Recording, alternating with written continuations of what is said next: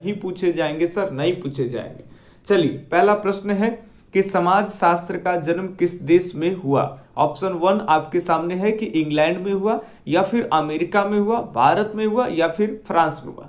सही जवाब आपको कैसे करने हैं, क्योंकि पहला सीरीज है तो हम आपको बता दें कि जो बच्चे इस बार फर्स्ट टाइम ही आए हैं सोशियोलॉजी को लेकर के हमारे इस चैनल पे, पहले से हैं वो विद्यार्थी जानते हैं। नए विद्यार्थियों के लिए बता रहे हैं कि आपको एक पेज में एक कॉलम खींच देना है और एक तरफ आपको अपना आंसर लिखना है कि फर्स्ट का क्या होगा, सेकंड का क्या होगा, और एक तरफ जो हम आंसर लिखाते हैं कि पहला का ये होगा, बी होगा, सी होगा, ये एक तरफ अपना और एक तरफ मेरा लिखिएगा। अगर पेज नहीं है तब भी घबराना नहीं है, मोबाइल के कमेंट बॉक्स में ही आपको टाइप कर देने हैं आपका अपना आंसर, ठीक है।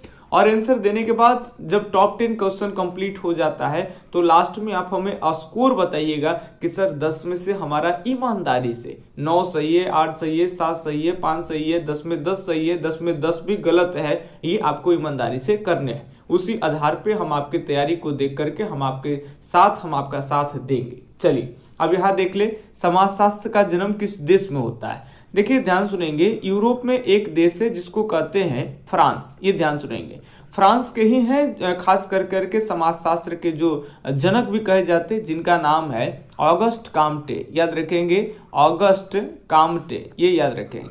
ऑगस्ट काम्टे जो है वो फ्रांस में ही जन्म हुए थे। इनके व्यक्तित्व पर फ्रांस की क्रांति का भी काफी असर था, ये याद रखेंगे। इन्होंने 1838 ईस्वी में एक अपना किताब लिखे, उसी में एक शब्द का ये जिक्र भी किए थे जिसको कहे समाजशास्त्र, ठीक है। चैप्टर के अंदर बाखूबी ढंग से पढ़ा रखे हैं। पॉजिटिव फिलोसफी इनके किताब की भी हम चर्चा कर लिए। जो एकदम नए हैं, चाहते हैं कि हम सोशियोलॉजी को चैप्टर वाइज स्टडी कर ले, एक बार जल्दी जल्दी वीडियो लेक्चर मिल जाए और नोट्स मिल जाए और जल्दी जल्दी हम कम समय में अच्छे अध्ययन कर ले, तो घबराने की उसके लिए भी कोई बात नहीं है। आप मेरा एक नंबर नोट कर सकते हैं, 8825376551। ये मेरा कॉल नंबर, व्हाट्सएप नंबर, सारा कुछ है, ठीक है। आप इसमें संपर्क कर सकते हैं। मात्र 51 रुपए फोन पे कर करके राशि में आप सोशियोलॉजी के चैप्टर वाइज वीडियो लेक्चर्स और पीडीएफ सारा कुछ आप ले सकते हैं। टेस्ट रूट सब कुछ फ्री रहेगा। एक ही बार पेमेंट करने, 51 रुपए, आपको हमेशा पीडीएफ वगैरह मिलते रहेगा। अब बात को ध्यान से सुनेंगे। ऑगस्ट काम्टे जो है वो 1838 में इस समाजशास्त्र जो ये वर्डिंग देख रहे हैं इसको ये लाए। तो एक तरह से मुख्य रूप से देखें तो बड़ी लंबी चौड़ी बात ना कर करके अगर हम आपको शॉर्ट वे में समझाएं तो समाजशास्त्र का जन्म जो है वो फ्रांस से है। ऑगस्ट काम्टे भी कहाँ के हैं, तो फ्रांस के हैं, ठीक है। चलिए ध्यान से सुनेंगे। अब हम सेकंड प्रश्नों की बात कर लेंगे। पहला का डी ऑप्शन एकदम राइट है। सेकंड प्रश्नों की अगर बात कर लेंगे तो सेकंड प्रश्न है कि निम्नलिखित में से किसे सोशियोलॉजी शब्दावली का सृजन किया। बताइए किसने सोशियोलॉजी शब्दावली का सृजन किए हैं। यहाँ पे जल्दी से बताना है आपको कि कौन ऐसे विद्वान है भाई कि जो सोशियोलॉजी शब्द का सृजन किए हैं। याद रखेंगे, स्पेंसर ने, ऑगस्ट काम्टे ने, दुर्खीम ने, या फिर कार्ल मार्क्स ने। तो बिल्कुल सही जवाब हो जाएगा। अभी हम इन्हीं की चर्चा कर रहे थे कि ये ऑगस्ट काम्टे ने ही पहली बार सोशियोलॉजी शब्द का जो है इस्तेमाल किए। तो ये एकदम सेकंड का यहाँ पे बी ऑप्शन एकदम क्या होगा सर, आपका राइट होगा, ठीक है। अगर थोड़ा फास्ट लगता है तो कोई दिक्कत नहीं, वीडियो रोक को जैसे ही हम क्वेश्चन दे वीडियो आपको रोक लेने हैं, पॉज कर लेने हैं और उसके बाद आप अपना कमेंट बॉक्स में या तो आंसर लिखिए या तो आप पेज में आंसर लिखिए, ठीक है। उसके बाद फिर हमारी बातों को आप लोग सुना कीजिए। चलिए, तो तीसरा प्रश्न है, किसने कहा मनुष्य को यह समझ लेना चाहिए कि वह अपनी गरीबी का स्वयं ही कारण है। कौन ऐसी निराशवादी टाइप की बात कह दी भाई कि ये समझ लेना चाहिए मनुष्य के कि वो अपनी गरीबी का स्वयं कारण है। अलग अलग एंगल से देखा जाए, लिखने वाले कुछ ऐसे भी नजरिए से लिखे होंगे ताकि ये मनुष्य को आभास हो सके, मनुष्य मेहनत करे और वो अपनी गरीबी से फाइट करके वो आगे आए, ठीक है। लेकिन ये निराशवादी टाइप के भी सिद्धांत देने वाले कौन आदमी हो सकते हैं। सोरोकिन होंगे या रिचर्ड होंगे या बारगेल होंगे या फिर माल्थस होंगे। चलिए फटाफट से कमेंट आपको बताने हैं या फिर आप अपना ऑप्शन जो है वो लिख लीजिए पेज पे या आप बताइए।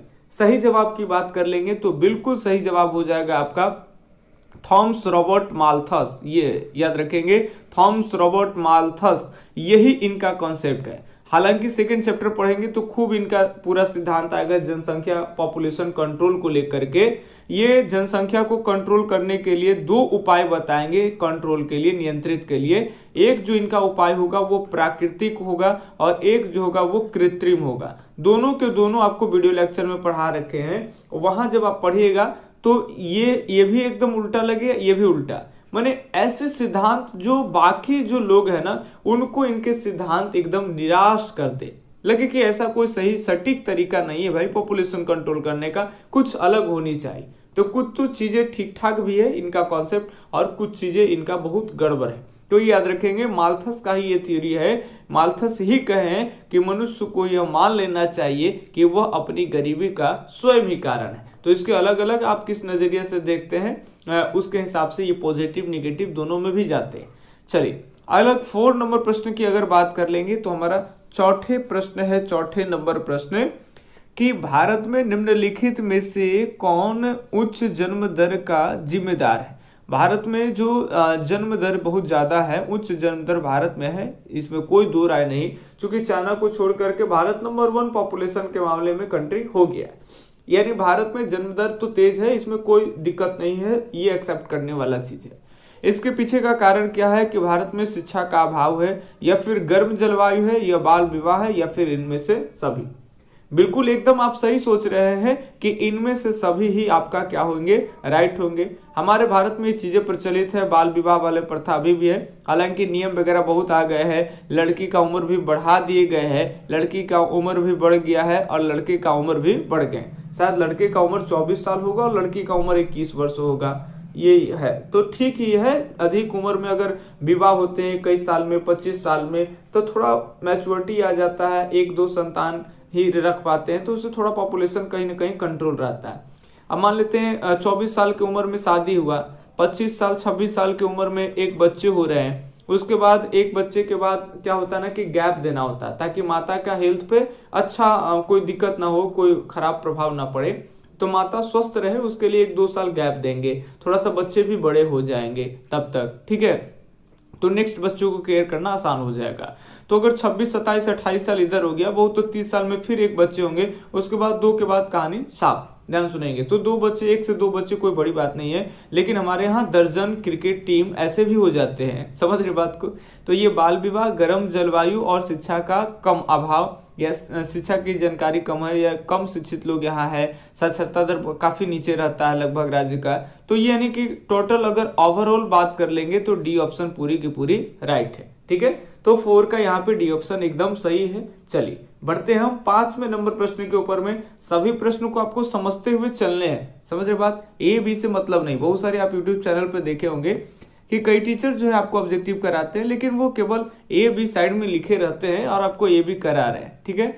देखिए ऑब्जेक्टिव ऐसा पढ़ना चाहिए ताकि आप जो भी पढ़ रखे हैं तो उसका एक रिवीजन हो, और कुछ भी नहीं पढ़े हैं तो एक बार ऐसा दिमाग में सेट हो जाए कि अगर दूसरा बार अगर क्वेश्चन धरा जाए, कहीं लौक जाए, उसको तो ऐसा मारिए एकदम सही आंसर ही मारिए आप। चलिए, भारतीय संस्कृति की निम्न में से कौन सी विशेषताएं हैं जनाब, बताइए। धर्म की प्रधानता, पुनर्जन्म में विश्वास, पूंजी और उद्यम, इनमें सभी, बताइए। आप ये सब प्रश्न जो है ना वो किसी भी टाइप के बच्चे होंगे वो भी कर पाएंगे। बताइए भारत में धर्म की प्रधानता होती है कि नहीं, ये याद रखेंगे। भारत में धर्म की प्रधानता है कि नहीं, सभी अलग अलग टाइप के धर्म है, ठीक है, सबकी प्रधानता है भाई। यहाँ पे धर्मनिरपेक्ष हमारा देश है, तो हिंदू है, मुस्लिम है, सिख है, ईसाई, सब अलग अलग धर्म के। और पुनर्जन्म में भी भारत में विश्वास होता है। हमारे जो इंडियन सोसाइटी होते हैं वहाँ काफी सारे ऐसे बहुत सारे लोग हैं कि जो पुनर्जन्म में विश्वास करते हैं कि अगर हम इस बार मरते हैं तो अगली बार हमको फिर जन्म होगा। कई लोग ये भी सोचते हैं कि कर्म फल, कि इस बार जैसा कर्म करेंगे उसी तरह का फल मिलेगा, अगर इस बार चींटी को मारेंगे तो अगली बार भगवान हमको चींटी बनाएंगे। हालांकि वास्तविकता यही होती है कि जो भी चीज होते हैं कि ऐसा कुछ होता नहीं है कि आप अगर चींटी को मारते हैं तो अगली बार आपको चींटी बना दिया जाएगा, या आप बिच्छू मार रहे हैं तो अगली बार बिच्छू बनाया जाएगा। इसके पीछे बहुत बड़ा कॉन्सेप्ट है जो कि आपको हिस्ट्री में पढ़ने के लिए मिलेगा। अलग अलग विद्वानों की अलग अलग विचारधाराएं आप पढ़ेंगे। कई लोग कहेंगे कि इस धरती पे ना तो कोई स्वर्ग होता है और ना ही कोई नरक होता है, ये तो भूल ही जाओ। और ज्योग्राफी में भी देखेंगे तो सही बात है, हम पृथ्वी के ऊपर रहते हैं और पृथ्वी से ऊपर आकाश में इतना अंतरिक्ष, बार बार ये अंतरिक्ष में वगैरह सैटेलाइट वगैरह सारा कुछ जाते रहता है, कहीं ऊपर स्वर्ग नहीं है। पूरे ब्रह्मांड में पृथ्वी एक कण के समान लगभग है और पूरे ब्रह्मांड की लंबाई चौड़ाई जैसे कि माप दिए है। इस ब्रह्मांड में जितने भी ग्रह है सबके बारे में विज्ञान जो है वो जान गया है, लेकिन स्वर्ग कहीं नहीं है, ये याद रखेंगे। और धरती के अंदर तो अलग बात है, धरती के अंदर तो इतना टेम्परेचर प्रेशर डेंसिटी रहता है कि अंदर मनुष्य का लाइफ ही पॉसिबल नहीं, ये ध्यान सुनेंगे। तो बहुत सारे विद्वान है कि जब शरीर है तुम इस धरती पे छोड़ दोगे तो ऊपर में तुमको अच्छे खाने के लिए मिलेगा, स्वर्ग में तो तुम्हारा जीभ तो नीचे धरती पे छूट जाएगा, तो तुमको कैसे स्वाद का मजा आएगा। तुम्हारी नाक तो धरती पे छूट जाएगी, धरती पे तुम्हारी नाक तो आत्मा निकलने के बाद लोग जला देंगे, तो भाई तो तुम कैसे अच्छे और अच्छा चीज है ये खराब चीज है उसका स्मेल कैसे तुम ले पाओगे। तो तमाम तरह की चीजें हैं, उसमें आपको हिस्ट्री में ज्यादा अच्छे से पढ़ने हैं, ठीक है। तो हमारे यहाँ ये भी है कि पुनर्जन्म में लोग विश्वास करते हैं कि दोबारा लोग का जन्म होता है, कई लोग कहते हैं कि 7 जन्म होता है, ये सारा कुछ है।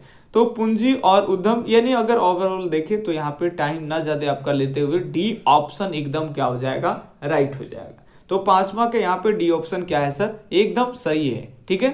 चलिए अब बढ़ते हैं 6ठे से प्रश्न, बस इसके बाद 4 प्रश्न ही है, जल्दी जल्दी देखेंगे, 5 देख लिए, बस 5 प्रश्न इसको मिला करके है। बताइए निम्न में से कौन एक वर्ग नहीं है, बताइए जनाब निम्न में से कौन एक वर्ग नहीं है। ऑप्शन 1 है आपके सामने प्रधानाचार्य, दूसरा है चिकित्सक, तीसरा है न्यायाधीश, चौथा है राजपूत। जल्दी से बताइएगा सही सही जवाब।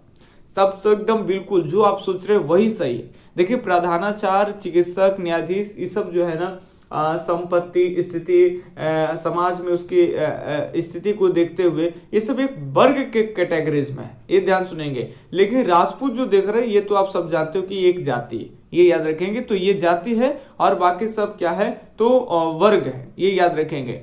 चूंकि जाति में लोगों का जो हम लोग कहीं ना कहीं क्लासिफिकेशन वर्गीकरण करते हैं तो उसका आधार अलग होता है और इसमें याद रखेंगे मुख्य रूप से अगर देखें तो आर्थिक को आधार मानते हुए, स्थिति को आधार मानते हुए इन वर्ग में अलग अलग क्लासिफाई किए जाते हैं, यहाँ पर भी वर्गीकरण किए जाते हैं।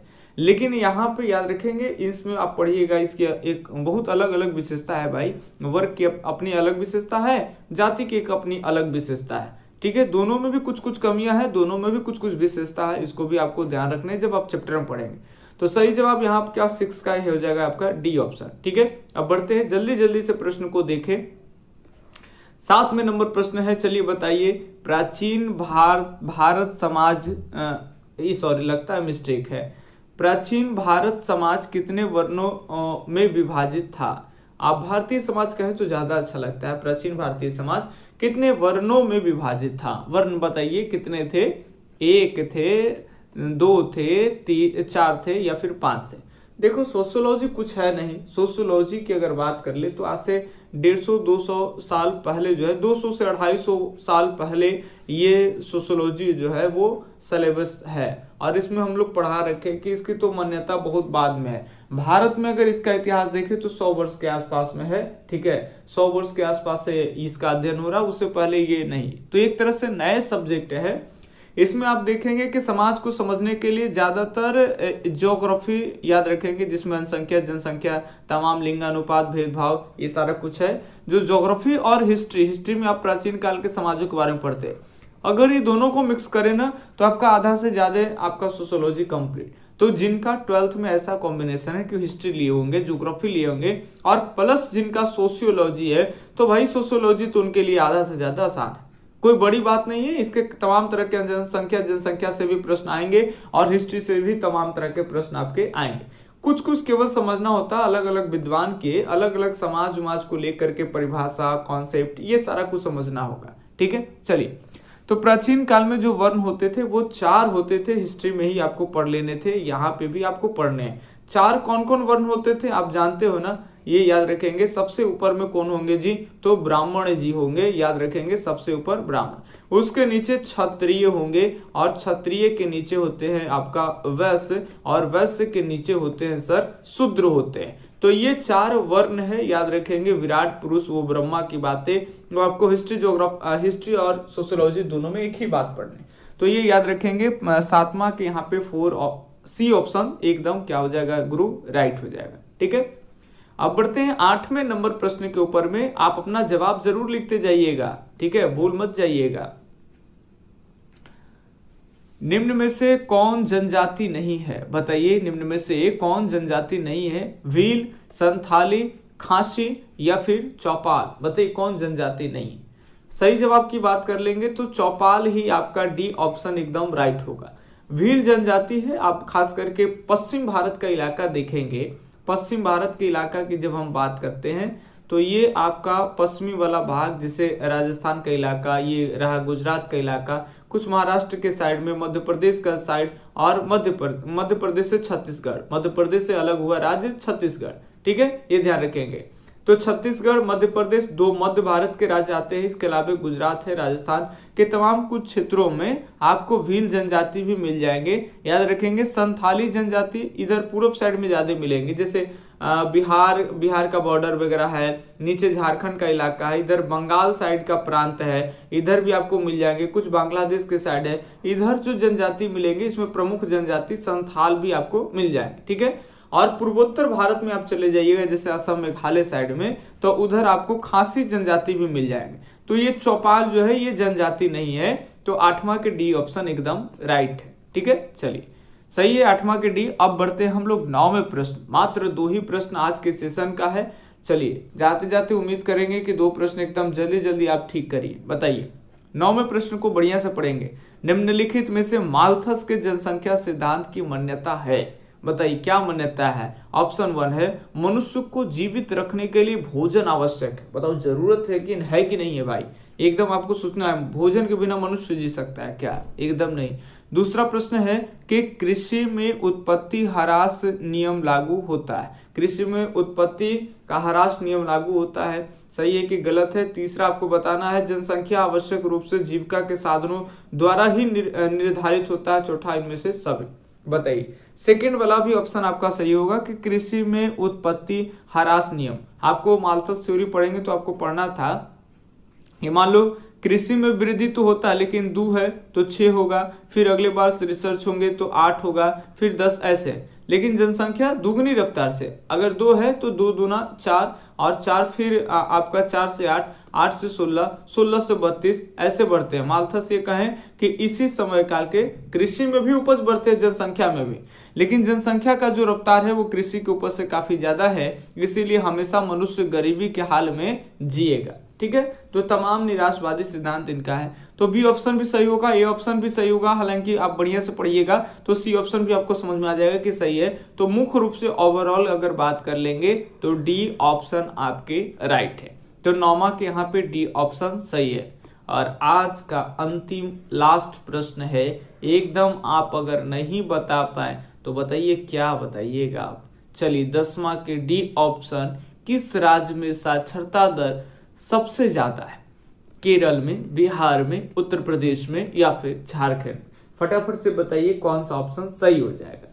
तो बिल्कुल सही जवाब यहाँ पे कह रहा है कि साक्षरता दर ज्यादा है, तो सब जानते हो कि नंबर 1 आपका हो जाएंगे सर केरल।